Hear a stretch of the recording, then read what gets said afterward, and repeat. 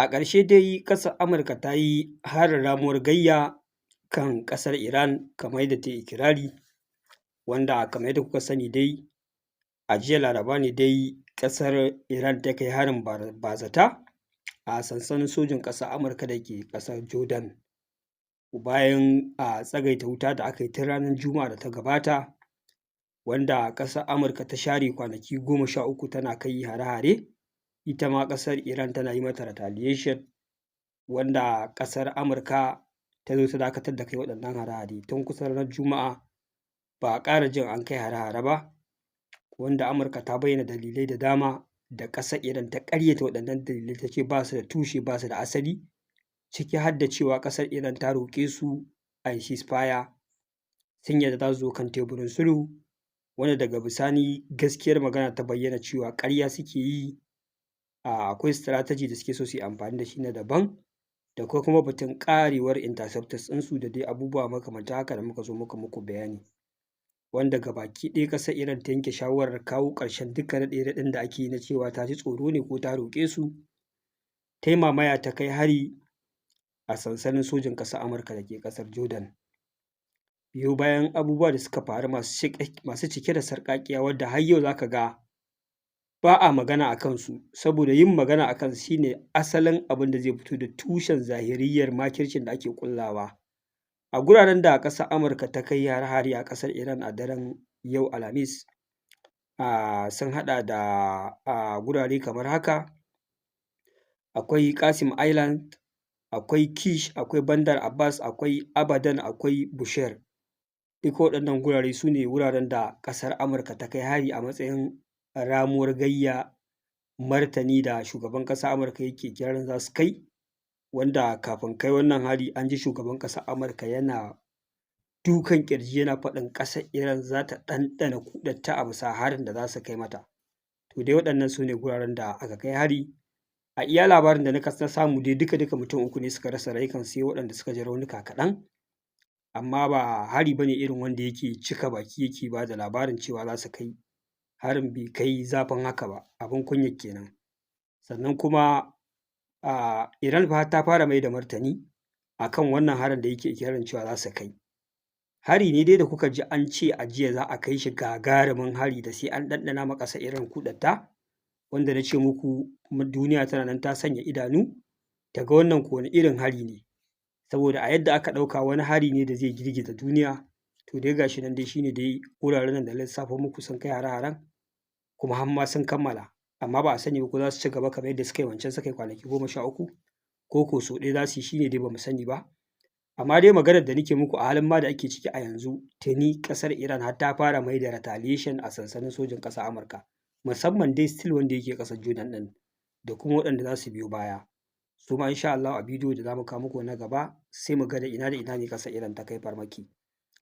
Gaɓar da na ce mutane ba sa so ana yawan tattauna ta ita ce gaɓar, kun san idan ana faɗa wata ƙasa ta shiga ko wani abu ya samu saɓani, idan ba a muku clarify asalin me yasa ƙasar ta shiga ba, ba ka gane hurumin dacewar ƙasar ta shiga ko bai dace ta shiga ba.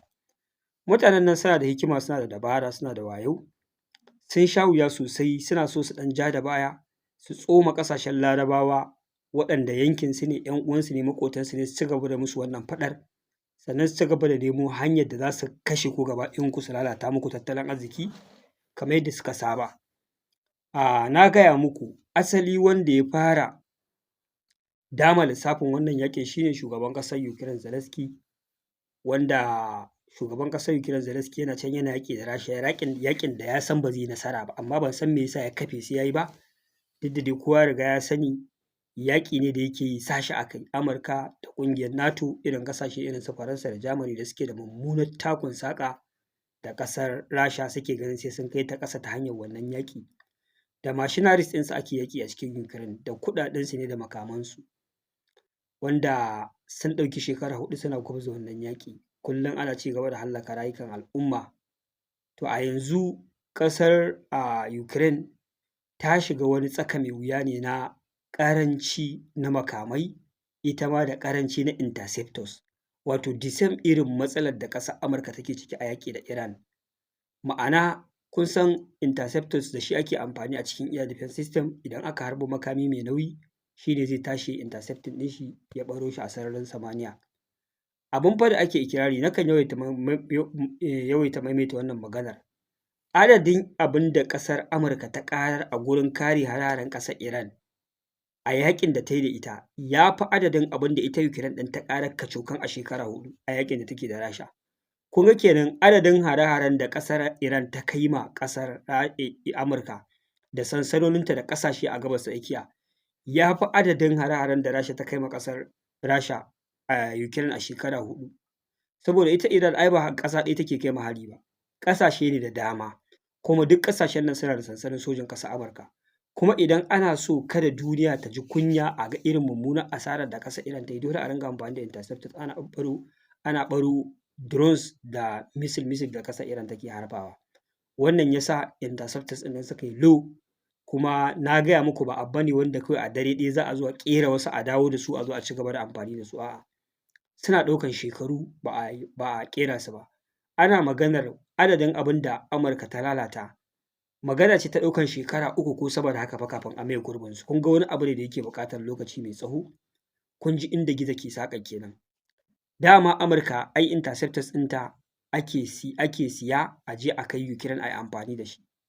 To Ukraine ɗin suna da ƙarancin interceptors. Ita ma Amurkan da take ƙerawa ta basu, ita ma tana cikin wannan tsaka mai wuya. Sannan shi kanshi air defense system ɗin da ƙasar Amurka ta babbawa Ukraine da wanda sauran ƙasashen Turawa suka ba Ukraine, ƙasar Rasha duk yawanci ta lalata su, babu.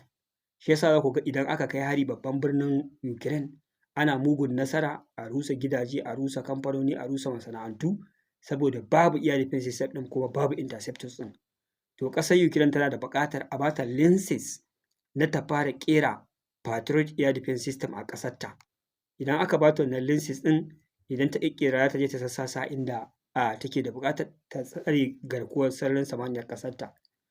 Ta yi amfani da wata hikima gurin yin wannan lamari, wanda dole sai abin ya haɗa da yaƙin ƙasar Iran. Kun ji inda rigimar ta shigo kenan.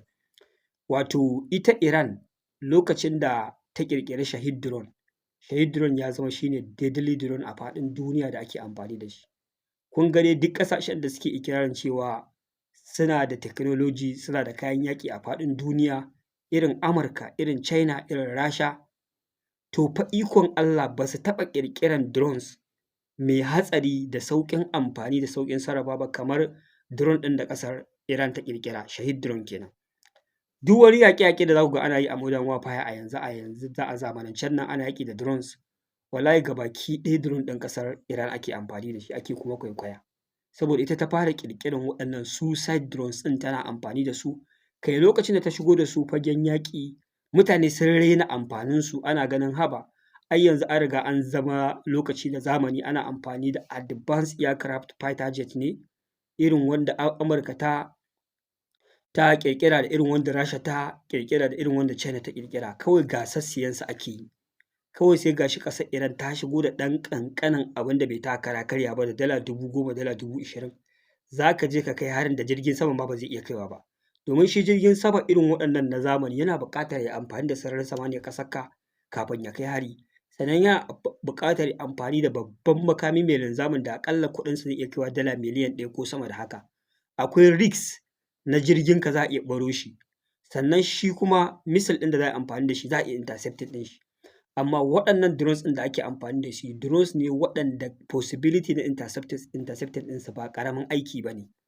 Sannan ana amfani da hikima gurin amfani da su. Za ka iya tura drones guda 10, ka tura decoys guda 5 ko kuma 4 a ciki. Ma'ana decoys shine empty drones. Misali wanda shi bayi da ɗauke da explosive a kan shi. Kawai idan ka tura waɗannan decoys ɗin wanda su empty ne, ba irin in ma kana ƙera drones a dala 10,000 bai fi su tashin maka a dala 3,000 ba, saboda su kawai empty ne, kawai su zo su tashi air defense system ya aiki. Yana ƙoƙarin kakkaɓo waɗannan decoys ɗin, sai asalin waɗanda akwai explosion a kansu, akwai bomb a kansu, sai su zarce su je su kai hari inda ake so, sai su tashi bomb ya tashi. Misali shi kanshi air defense system ɗin, a lokacin da aka harbo decoys aka yi amfani da drones kamar guda 10, ana so a lalata air defense system, za a tura decoys kamar guda 4 a gaba, lokacin da air defense system ɗin ya fara intercepting ɗinsu ya mai da hankali, su kuma waɗannan masu explosive ɗin sai su zo su sauka akan wannan air defense system ɗin, a ƙarshe sai ya tashi. Kun ji hikimar.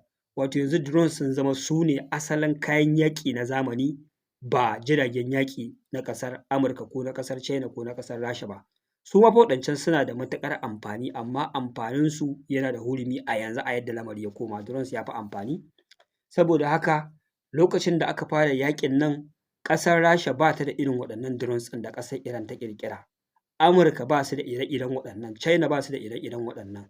Lokacin da aka fara gane zallar amfanin waɗannan drones ɗin a yaƙin Rasha da Ukraine ne, wanda ita Rasha ita ta fara karɓan waɗannan drones ɗin ta siya a hannun ƙasar Iran, ta ci gaba da amfani da su a Ukraine. Sannan da ta ji daɗin amfani da su da irin capability ɗinsu, sai ta nemi Iran ta ba ta lenses ta rinƙa ƙera waɗannan drones ɗin da kanta. Sannan kuma ta rinƙa upgrading ɗinsu tana ƙara musu capability na yin ɓarna. Wanda haka aka yi, ƙasar Iran ta amince, ta ba su lenses, suka ba ta biliyoyin kuɗaɗe da kuma technologies. Kun ga misali, ba zan zo kawai na ƙera abin da yake mai amfani ba ne a fagen daga na yaƙi da babu irinsa na baka shi kawai a banza ta kan 'yan kuɗaɗe, a'a. Ba iya kan matsala ta 'yan kuɗaɗe ba ne, dole ta ba Iran biliyoyin kuɗaɗe, sannan ta ba wa Iran wasu technologies da ita ma take buƙata ta ƙara a kan harkokinta na ƙera makamai. Kun ji yadda lamarin ya kasance kenan. To wannan abu bai yi ma ƙasar Ukraine daɗi ba, ta ji ba daɗi saboda mafi akasarin ɓarna da azaba da huƙumar da aka mata a faɗin duniya a yaƙe-yaƙen da take da Rasha, har yau abubuwa mafi tasiri shine waɗannan drones ɗin da har yanzu ita kanta ƙasar Rasha tana ci gaba da upgrading ɗin Shahed drones, tana ƙara musu ƙaimi na yin ɓarna, kuma tana ci gaba da amfani da su.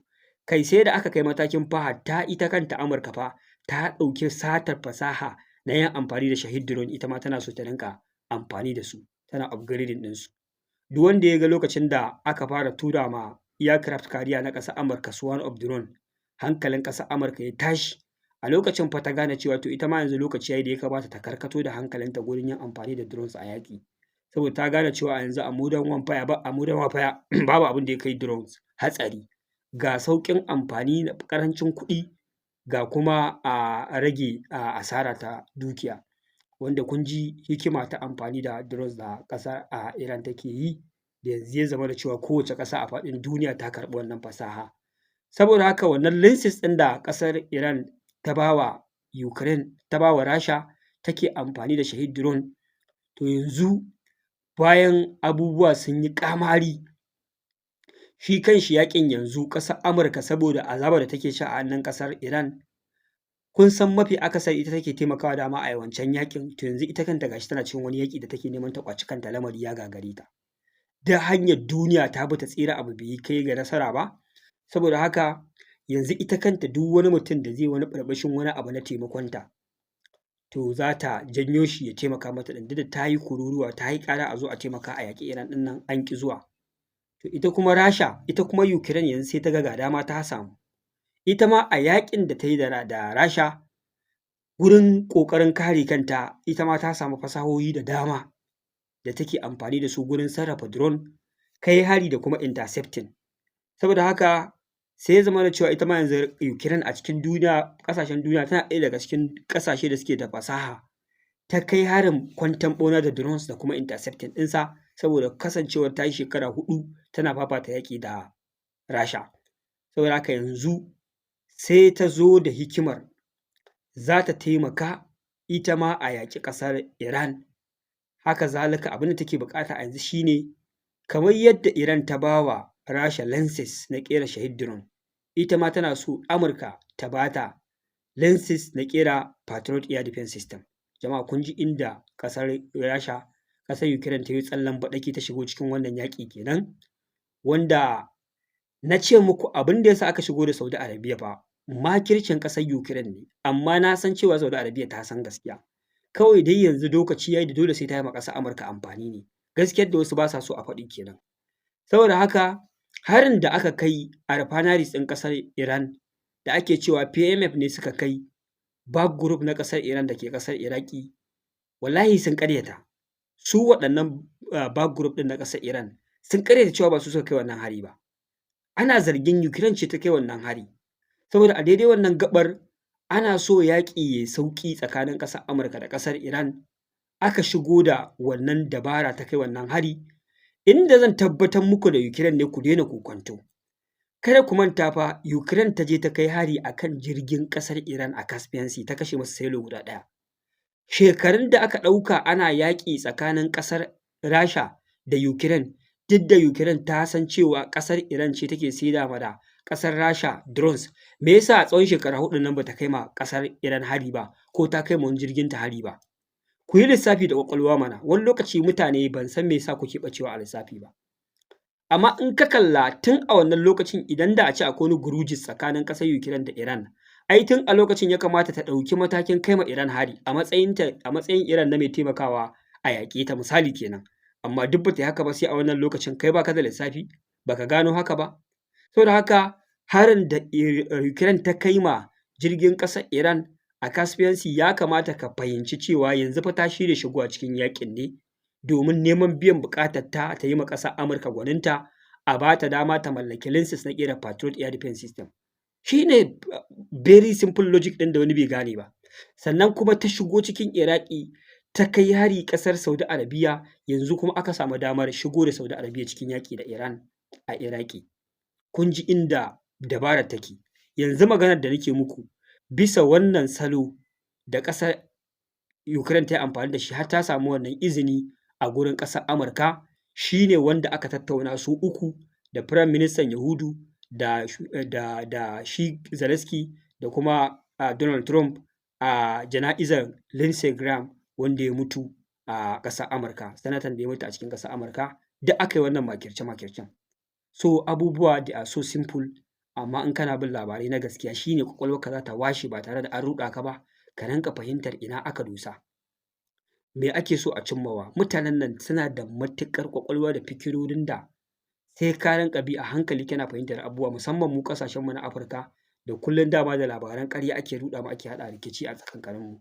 To jama'a kun ji yadda ƙasar Amurka da kuma ƙasar Ukraine da ƙasar Yahudu suka ƙulla wani sabon conspiracy a wannan yaƙi, wanda tuni ƙasar Iran ta gano wannan lago nasu, kuma ta ƙi ba su dama su yi numfashi su ci gaba da conspiracy ɗin bayan harin da ƙasar Amurka da Saudi Arabia suka kai a kan waɗannan PMF ɗin mallakin ƙasar Iran, shi ne Iran ta rusa musu lissafi ta je ta kai hari a Jordan, wanda yanzu ita kuma ƙasar Amurka ba shiri, yanzu ta dawo yaƙin da kanta kuma ta kai hari Iran ta mata retaliation. To abin da ya faru a retaliation ɗin ne yanzu a cikin bidiyon nan ban gama tattarawa ba, saboda a yanzu haka nake ganin hare-haren suna ci gaba da tafiya a sansanin sojin ƙasar Amurka. Jama'a wannan shine a taƙaice abubuwan da suke faruwa. Jama'a nan zan dakata, kada bidiyon ya tsawo, na ga ya kai kusan minti 18. Ku biyo ni a bidiyo na gaba. Wassalamu alaikum.